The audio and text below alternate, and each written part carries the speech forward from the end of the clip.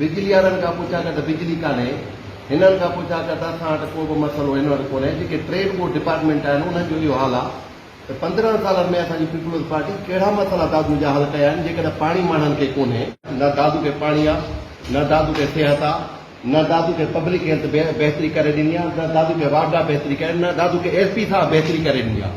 DC साहब ते त मयार कोन था ॾियूं। चवण जो मक़सदु जेसि ताईं ही मिनरल वाटर, प्राइवेट स्कूल ऐं कमीशन डिपार्टमेंट मां जेसि ताईं ख़तमु न थींदी, अमीर माण्हुनि जी रियासत अलॻि थी वई आहे जीअण जी। तव्हां जेके मिनरल वाटर पियो आहे, तव्हांखे कहिड़ी ख़बर त दादू वारा कहिड़ा पाणी था पीअनि। जिथे बाहि भरंदी उते ई ख़बर पवंदी।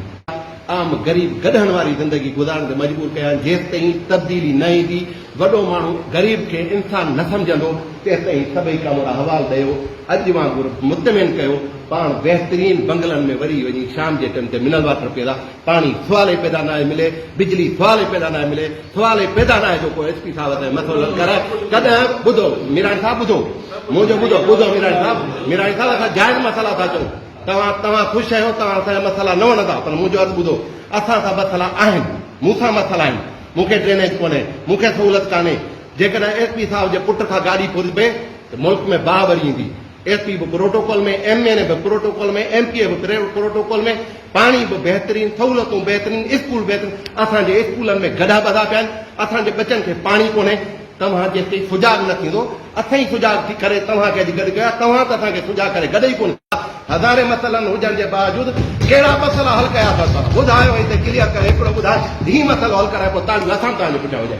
दादू जो माण्हू यूनिवर्सिटी न वञे थो जामशुरे पढ़ण जे लाइ, तव्हांजो ॿार करे त बाबनि खां जो पढ़ी सघंदो, मुंहिंजो कहिड़ो पढ़ी सघंदो?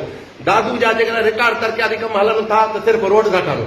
दसियो मूंखे को दादू में प्रोजेक्ट जे ग़रीबनि जो ॿार पढ़े त नारायण खाल था ॿुधो जहिड़ो न असांजो ॿुधो। अॼु हथा आया, ॿुधो न आया हो त ॿुधो।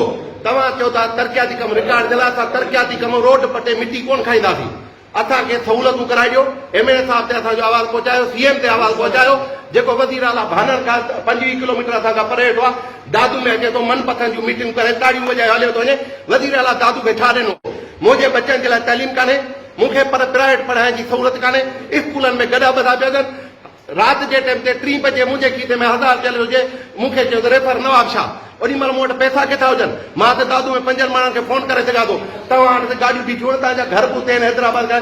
असां ग़रीबनि जे लाइ सोचो, असांखे हॉस्पिटल जेका छो नथी हले? घणो टाइम थियो हॉस्पिटल खे हलण खे? सियासी वर चढ़े छा बि थिए, असांखे ॿ शयूं मेन दादू जे नुमाइंदनि खां असां घुरंदा रहंदासीं। असां वोट कयो आहे सॼे आम पीपुल्स पार्टी खे।